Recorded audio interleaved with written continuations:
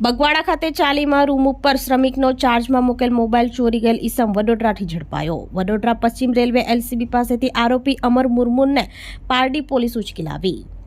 પારડીના બગવાડા ખાતે ચાલીમાં રહેતા એક શ્રમિકનો ચાર્જમાં મૂકેલ મોબાઈલ કોઈ ઈસમ ચોરી કરી જતા વડોદરા પશ્ચિમ રેલવે એલસીબીએ ઝડપી પાડ્યો હતો।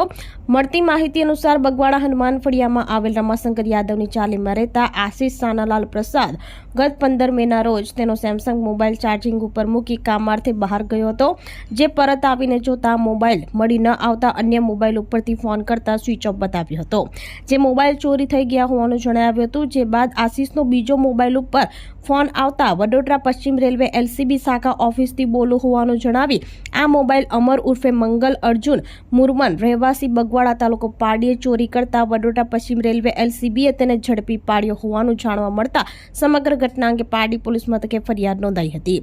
પારડી પોલીસ મોબાઈલ ચોર આરોપીને ઉચકી લાવી વધુ તપાસ હાથ ધરી છે।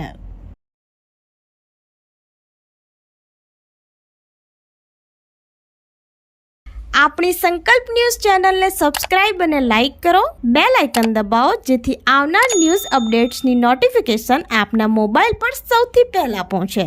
Like, subscribe and share the video.